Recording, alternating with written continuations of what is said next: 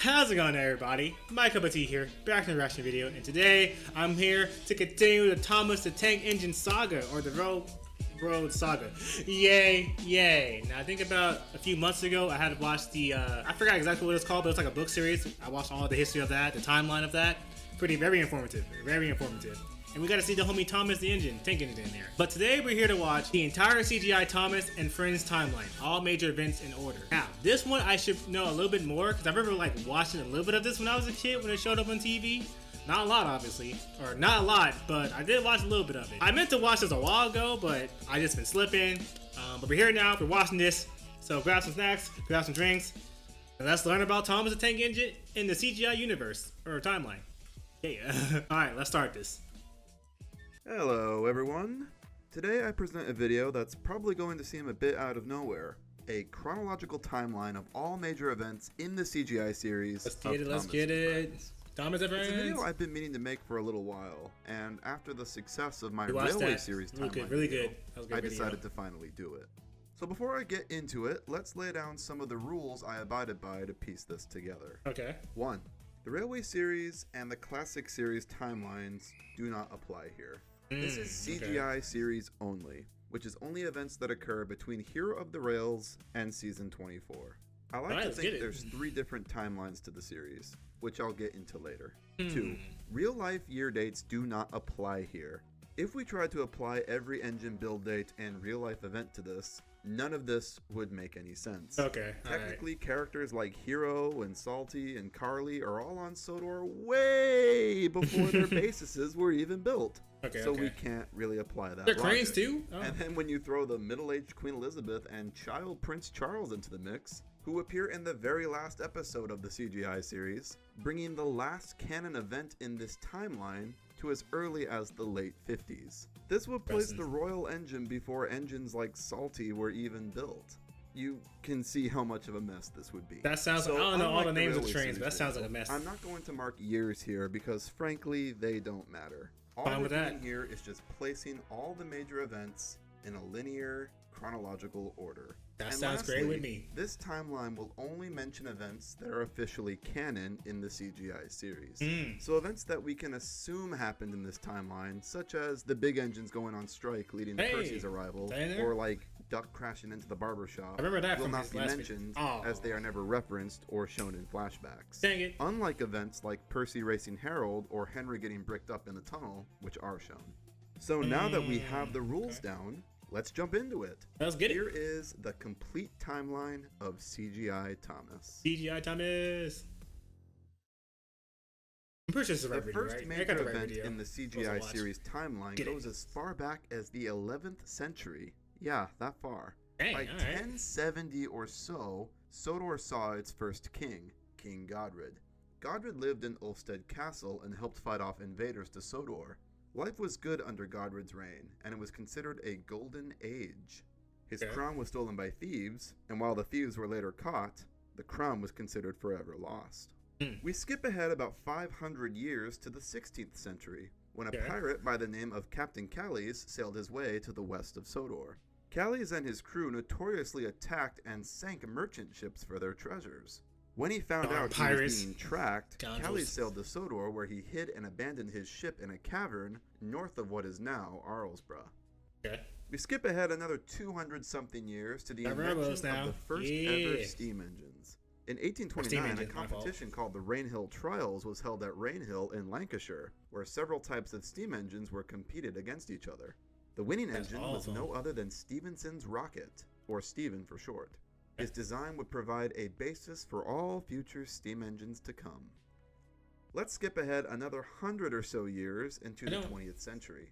By this time, railways were being developed on the island of Sodor. A narrow gauge railway from a slave quarry in the hills to Crovan's Gate is constructed, called the Skarloey Railway. Meanwhile, a standard gauge railway that spanned the island from coast to coast is constructed, called the Northwestern Railway. An engine called Hero is built in Japan and shipped to Sodor temporarily to help out with the Northwestern Railway's construction. Hero was the first engine to work on the line. After the railway was completed, Hero was kept on, but was eventually abandoned after he broke down and new parts were hard to obtain. That's crazy. Sometime later, the Northwestern Railway obtained its first engine to run the new main line. a little blue tender engine called Edward. Oh, The that was gonna be railway Thomas. was run by a man named Topham Hey, Hatt the Topham First. Hatt. He and his wife had 2 sons, Bertram and Lowell. Bertram, the eldest, I know assisted Topham with Hatt. the railway's operations and would eventually become controller. Every year on Bertram's birthday, Edward took him around Sodor in a special open-topped carriage. Okay. In his young adulthood, Bertram assisted in the designs of a fleet of vertical boiler engines called coffee pots to run the branch line from Knapford to Farquhar. The first of the A lot of fleet stuff's was going named on right Glynn. now. Glynn and the other coffee pots happily worked the branch line for several years. Topham Hatt the First died at some point after that, leaving his wife a dowager and his first son Bertram controller of the Northwestern Railway. Sir Bertram Topham Hatt, or as many know him, the Fat Controller. There it The is. growing Northwest- There's somebody I remember now. I heard of in the last video I watched on the book series. There we go. Now it's starting to we're getting back to some familiar territory. Topham Hatt, or as many know him, the Fat Controller. The growing Northwestern Railway obtained more express engines for its main line, including Henry and Gordon. A mixed traffic Henry. engine called James arrived later, then in a black paint job. One stormy day, Henry shot himself up in a tunnel due to his fear of the rain. A disgruntled Fat Controller tries to have him pushed out, but to no avail. He walls Henry up, but lets him out later when Gordon breaks down. Meanwhile, Glynn and the other I coffee still walled- pots he are walled him eventually up. retired and scrapped. Glynn was the last one in service and was left on a siding near Farquhar. Sometime later, the Fat Controller obtained a small tank engine from Brighton to pilot at Knapford. The engine, named Thomas, arrived in a green paint job. So It was soon Thomas. repainted into blue. And Right, he numbered was 1. green. Yeah, Later, yeah. James had a brutal Dang. crash, Oh, God. and Thomas rushed into action to rescue him with the breakdown train. I'm on, James. Thomas's act of I'm on the bravery way. is rewarded with him being granted the branch line to Farquhar, replacing the coffee pots. James returned from the work sometime. Wait, so even hold on. So even the carts have to faces action to too? rescue him with the breakdown train. Yeah, that's Thomas right there. And then Thomas's act of bravery is rewarded with him being granted the branch line to yeah, even these have faces too. These are like living carts too. I thought it was just like the train. Like all this would be Thomas. Okay, maybe because Thomas attached himself to this. Okay, that makes sense. Okay, never mind. Farquhar, replacing the coffee pots. James returned from the work Just that's sometime after his that's accident. scary. in a Just leaving them bright abandoned red the coffee paint job. pots. Sometime after Thomas started running his line, Glynn was moved from Farquhar to a siding on the side of the line, where he was left for several years. Dang. Also during these early years, Thomas meets a tractor called Terrence. During Thomas's first winter on Sodor, he gets stuck in a snowdrift, and Terrence pulls him free. Over on the mainland, a pannier tank engine called Montague, nicknamed Duck, works on a little Duck. branch line of the Great Western Railway called the Sunshine Line. He worked with his own rake of slip coaches. We're going to skip ahead quite a bit here. Okay. Between this and the next major event, several engines arrive on Sodor off-screen. The first of these is a little saddle tank engine called Percy, who comes to take over pilot duties at Knapford. Shortly Percy? after his I don't- arrival, he has Dang. a run-in with a baggage trolley at Wellsworth. What are you The doing, next engine to Percy? arrive is a little tram engine called Toby with his coach Henrietta. Shortly after he arrives, sounds familiar. James has another crash with a train Goodness. of car wagons. James is just 2 for 2 or 0 for 2 right now. Shortly after he arrives, James has another crash with a train of tar wagons. One day, Thomas is careless at an old mine and falls into an abandoned shaft. Her Majesty, Queen Elizabeth, comes to visit Sodor. Gordon hauls the royal train. Later on, Duck from the Great Western Railway arrives to help out. After Duck's arrival, Percy goes to help out on Thomas's branch line and races Harold the helicopter. Soon after, Percy deliberately disobeys a danger notice at Brendam Docks and runs off the ferry dock into the bay. This is kind of a weird one because Carly is present in this flashback. Why would you? So you can make the argument that the events of this story actually happen a lot later in this timeline. Why did Percy keep going? Although Percy Yeah, having okay. trouble with danger signs in the past is mentioned in Tale of the Brave. So I'm going with that it did happen early on, and Carly being there is just a mistake. I can The barely next see entrants Carly to over there. arrive are Diesel, Donald Diesel. and Douglas, Oliver, Bill and Ben, Emily, Daisy, and several others. The exact dates of all of their So many arrivals so are all many unknown, trains. as they're not seen in the CGI series. So I think it's safe to assume the events of their arrivals in previous episodes still apply here. Speaking of new arrivals, 2 new narrow gauge engines called Luke and Victor come to Sodor. I don't remember Victor those is names. loaded onto a ship in Cuba, and later joined by Luke when the ship stops in Ireland.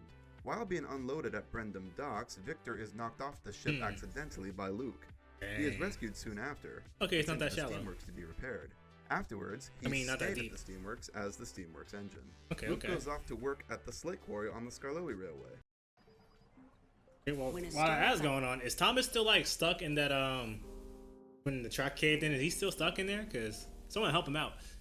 Also, James and Percy, especially Percy. Percy just loves danger for some reason. Percy just has a craving for getting into danger. Is that a danger sign? Shoot, I have to go. And James just keeps hitting things, apparently. It looks what it feels like, looks like. But we got the homie, was it Duck, I think? The legend Duck? The Duck? Or somebody else, I can't remember. There's like one of the trains I was like in service for a long time, even till like, they basically abandoned the train, but came back like years later, like, hey, let's fix you up. Legend right there. Is it Duck? Somebody else with a D. I'm not sure. We are about to be back. Called We're back. the Steamworks engine. We're back. Luke goes off to work at the slate quarry on the Skarloey Railway, called the Blue Mountain Quarry. A previously established character we do see the arrival of is Salty. Salty arrives on Sodor and is sent to work at Farquhar Quarry with Mavis. He is later relocated to Brendam Docks, where he still works in present day. The Duke and Duchess of Boxford build a summer house on Sodor. While their private engine named Spencer is on the island helping out with the construction, he and Thomas race. The race ends with Thomas plummeting down an abandoned line and rediscovering the long-abandoned Hero. Attempts to save Hero are successful, and Hero is fully restored at the Steamworks. So Hero! Afterwards, he goes back to Japan temporarily. The next year, Hero returns to Sodor, for some reason. He stays there for several years. Don't worry about it. Meanwhile, a search and rescue center is built, where Harold is relocated to. During this time, Thomas is sent to the mainland to help out there. He goes via ship from Brendam Docks. He goes via ship when there is a railway drawbridge to the mainland. I'm like, why is he saying it like that? Like, this is stupid.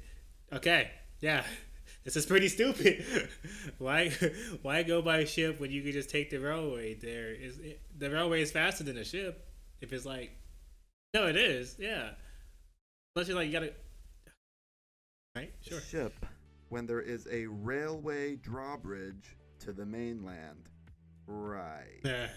While en route, Thomas's barge chain breaks loose and he gets lost at sea. Of course he does. The barge lands on Misty Island south of Sodor, where Thomas finds himself on an abandoned logging railway, complete with its own fleet of locos, which are for some reason still steamed and operated and do work, despite the railway serving no one. The railway just so happens to have a tunnel that goes underwater to Sodor.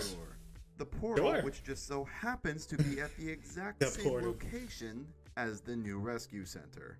Misty Island Rescue is the stupidest movie in Thomas lore. I cannot believe I used to like this piece of crap.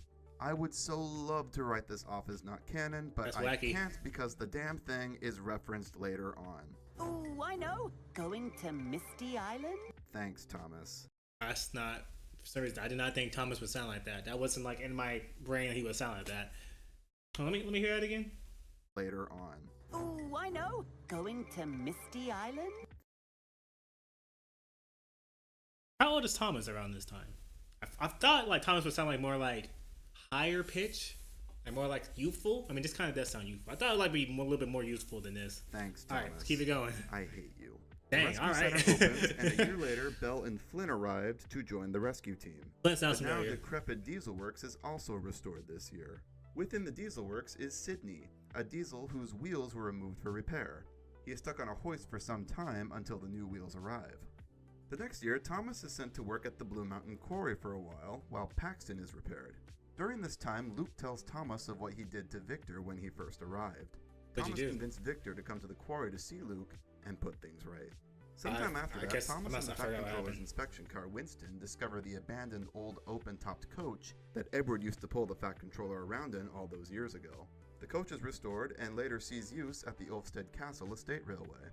Speaking of which, Sir Robert Norramby, the Earl of Sodor, returns to Sodor after traveling the world for some years and restores the Ulfstead Castle Estate into a tourist attraction. He also, somehow, attains Stevenson's rocket, who is also restored to working order. Stephen and the old coach work the estate railway at the castle once it reopens. Oh yeah, because Steven was the first steam train that like it was in the race when the 1800s he mentioned.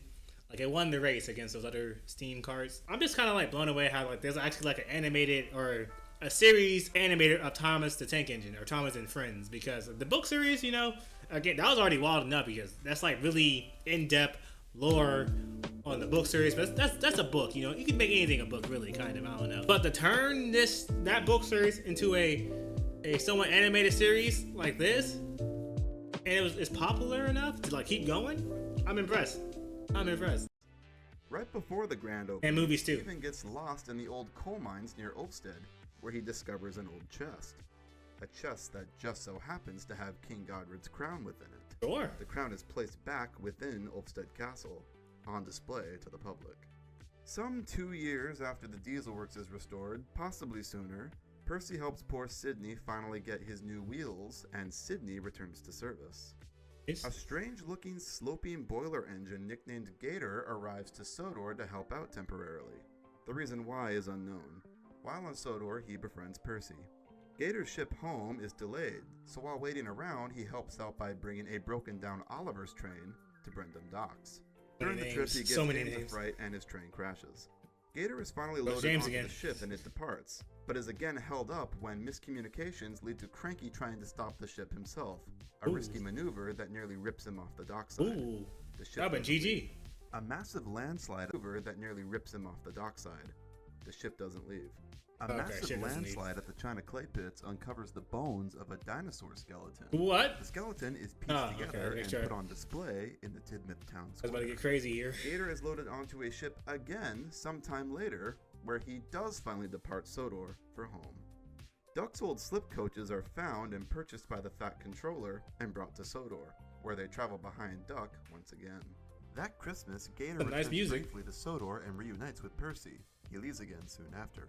The Earl, inspired by the dinosaur skeleton at the town square, constructs a dinosaur park on the Ulfstead estate, and it becomes a part of the estate railway's route.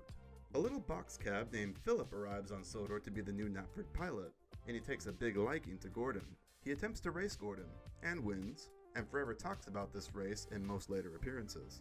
I beat you, Gordon. I beat your old self, huh? Remember you remember I beat you? Remember that time back in 3 years ago I beat you, Gordon? Man, that's some pettiness right there. Is that pettiness? I don't know. I gotta see the video or the episode, but the key just kept bringing it up that one time I beat you. Also, I wanted to pause to mention or to say, is there like an antagonist in the series or in the show, like a villain or like something they like had to fight, not fight against, but like something that's like causing problems in the show, like an enemy? Or is it just like episodic stories, just like stuff that happens that goes on? I don't know. I just want to know. Maybe he'll mention it here. Maybe there's no antagonist in this timeline universe of Thomas and Friends. But hey, attempts to race Gordon and wins, and forever talks about this race in most later appearances. Philip later rescues James from a nasty fall. James just keeps messing up. Workman Albert has a child with his wife. The baby is named after Thomas helps the family out. Hey. Oh. Well. They're still making monster trucks? I mean, Hot Wheel monster trucks? Transform into an epic truck launcher and go. Okay, now that looks kind of that looked dope. That looked dope right there. Okay, hold on, wait a minute. That part was dope. Turn into a whole ramp. Vanguard Financial Advice. That was kind of hype. I ain't gonna lie to you. That was hype. Vanguard, I do not care. But that Hot Wheel monster truck. That might be a Christmas gift. Hold on. Anybody who has kids, give your kid a Hot Wheel monster truck transformer stunt ramp thing. That'll go crazy. That will go crazy. Baby is named after Thomas after Thomas helps the family out. A new branch line to Harwick from Arlesborough starts being built, and an engine called Ryan is brought to help with the construction of it and later run it. However, plans change, and Thomas is instead sent to help construct it, while Ryan takes over his duties on his branch line. While working there, the ground collapses under the tracks and Thomas falls into a cavern. The cavern Captain Callie's hid his ship in some 400 Captain Callie. Yeah, you mentioned that. The ship is lifted out, restored, and later permanently moored at the Arlesborough Harbor as a part of the Maritime Museum. Okay. When the line to Harwick is finished, Ryan takes it over, and Thomas returns to his branch line. Daisy, the diesel rail car, is relocated to the line to take over passenger duties. Judy and Jerome, the breakdown train that Thomas had used to rescue James all those years before, are now old and have been left in the yard at Knapford for some time. They get relocated to Harwick and manage all rescue operations on the west of Sodor. Nice. Thomas travels to Vicarstown where he meets Gordon's brother, Flying Scotsman, and learns of a great railway show happening on the mainland. Several of Sodor's engines go to it, as well as several other engines from all around the world. Gordon competes in the race portion of the show and is streamlined for the event.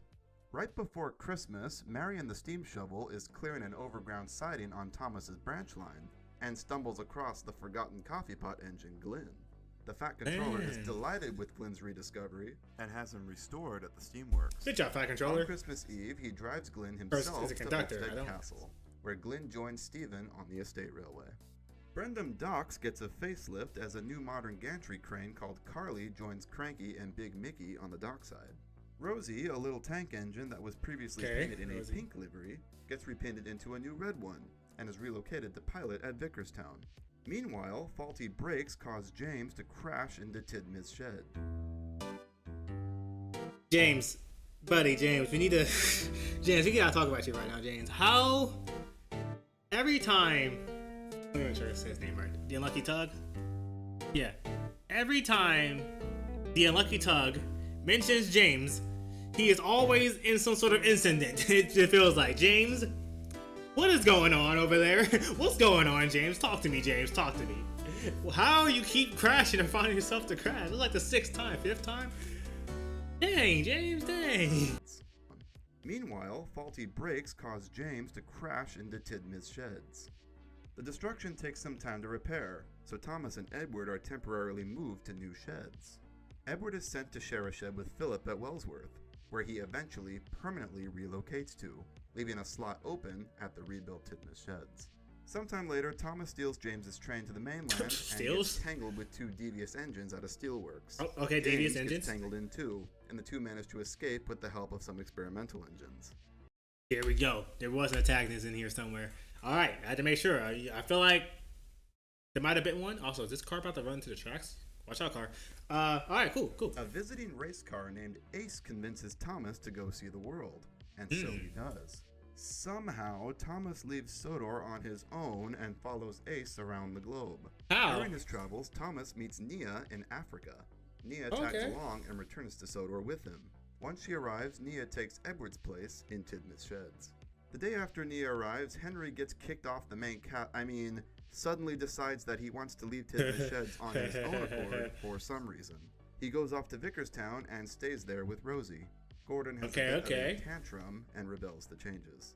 Rebecca arrives soon after to help Gordon with his expresses and takes Henry's open spot in Tidmouth sheds. Duck comes across an abandoned coach called Dexter and helps give him a second life as a classroom. Dexter is repainted and plinth at the school at Harwick. Ooh. At some point after Rebecca arrives, Thomas inexplicably goes on a second world tour and helps out on railways in India, Brazil, Australia, China, and Italy, where he meets up with several engines he met previously at the Great Railway Show. Can Thomas fly? How is Thomas getting over here? There's no way there's a railway that connects to everything on the planet. There's no way. I don't know. Maybe in this universe there's a railway that connects to everything else. It's just a universal railway system, and Thomas knows. China and Italy, where he meets up with several engines he met previously at the Great Railway Show. Literally nothing happens in these episodes that affects the plot of the show. Oh, how I would love to write these off as not canon, but they are referenced in stray lines of dialogue in Sodor-centric episodes.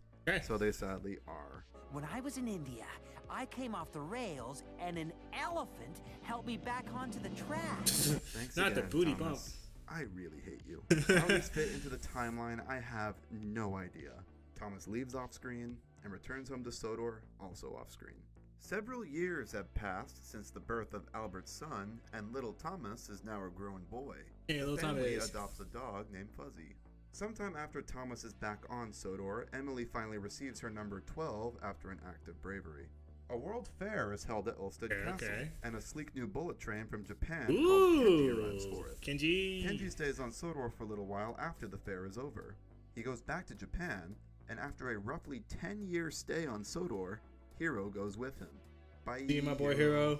Bye, the Hero. royal family writes to the Fat Controller that he is to receive an award for his service to railways, and Prince Charles specifically asks for him to arrive in Thomas. Thomas goes to England with the Fat Controller and meets Prince Charles and Her Majesty, Queen Elizabeth, at Victoria. Oh, Thomas, you good? Why you look like you banged up in this shot, this scene? Something must have happened. Yeah, they're both dirty. The Fat Controller and Thomas. Something must have happened. With the Fat Controller and meets Prince Charles and Her Majesty, Queen Elizabeth, at Victoria Station. And this is where the CGI timeline ends. Oh. Okay. The CGI timeline is a f***ing mess. It really is. Nothing in it perfectly lines up like it does in the Railway Series 1. But see, that's the fun of it. The CGI timeline spans over 3 incredibly different eras of Thomas with 3 entirely different voices. You have the first 4 seasons, which were headed by Sharon Miller, the next 5 seasons, which were headed by Andrew Brenner and Ian McHugh, and then the 3 Boba seasons. As much as I so I did not see Thomas and Friends. I saw Thomas the Tank Engine when I was a kid, because I saw that pop up when I was like 6 or 7, so it can't be 2009, because I think, no, it can't be that. Oh, was I 8? Maybe, I don't know. maybe I did see it in this time period. Were headed by Andrew Brenner and Ian McHugh, and then the 3 Boba seasons. As much as I hate all the inconsistencies, I will say there is some fun to be had here, trying to make sense of it all.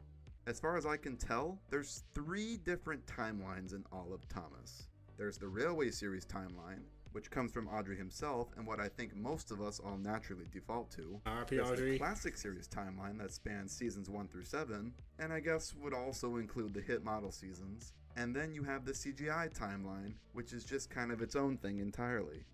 What's interesting is looking from a top-down perspective on all 3 and seeing the different takes on all the same stories.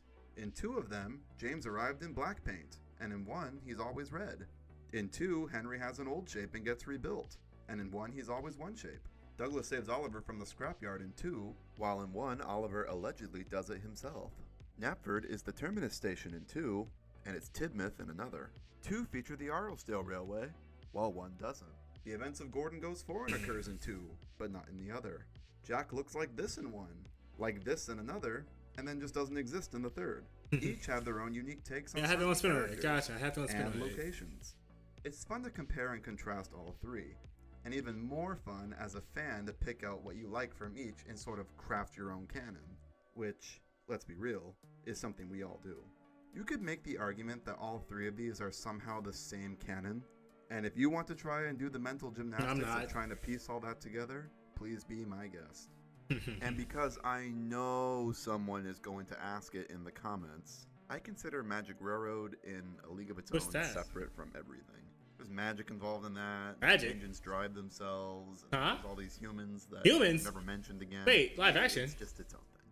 We're about to have a 4th brand new timeline later this year, but who gives a shit? Interesting. Wait, I watched the right one, or am I supposed to watch this one? I think after I watched this one, I was supposed to watch this one and then the CGI. You know what? It doesn't matter, because we can just watch this one too if we need to. It's okay. It's okay. It's okay. Very nice, very nice. Oh. Huh? The show everyone forgot. Oh, we just went to the next one. Wait, no, stop. We're not watching this right now. I want to watch it, but not right now. Alright, that was very fun and interesting as always. Again, I don't remember a lot of the trains' names because there's been a lot thrown at me. But I do remember Duck, Thomas, James keeps messing up. Someone check on James. Somebody please check on James and figure out why he keeps messing up every time I see him on screen. I forgot the other ones. A lot of trains. There were a lot of trains mentioned. There were definitely a lot of differences from this version, the CGI, than the book series. Because again, the book series, depending on the year, like it would affect what happens in the book series. Some parts stay the same, like Thomas showing up in green and they painted him blue, and Thomas getting in accidents. Same with James, that stayed the same. Now, what did not stay the same was, what was it? I think he said Thomas and James were trying to run away from these 2 other engines that were like trying to like attack them or something. Yeah, I heard nothing about that mentioned in the book series. So yeah, a lot of differences, a lot of similarities. It's like his own thing, like he mentioned, his own timeline right there. It was cool though. It was cool seeing this. CGI not that bad. CGI is not that bad. After watching the video of the book series, it's just weird seeing them like their lips move, especially the tank engines, because I know they can talk. It's just weird seeing them talk. I don't know why. It's just weird hearing voices come from their mouths. I know the Unlucky Tug has some more videos that we might have to check out. Probably that other one that we just saw earlier was like the animated series or something like that. I don't know. Let me know down below, cause this is fun. Again, I won't learn all the trains names because there's just so many trains, and then there's cranes too involved. So now you add in the second layer to the anamorphic stuff. Is that the right word? It is now.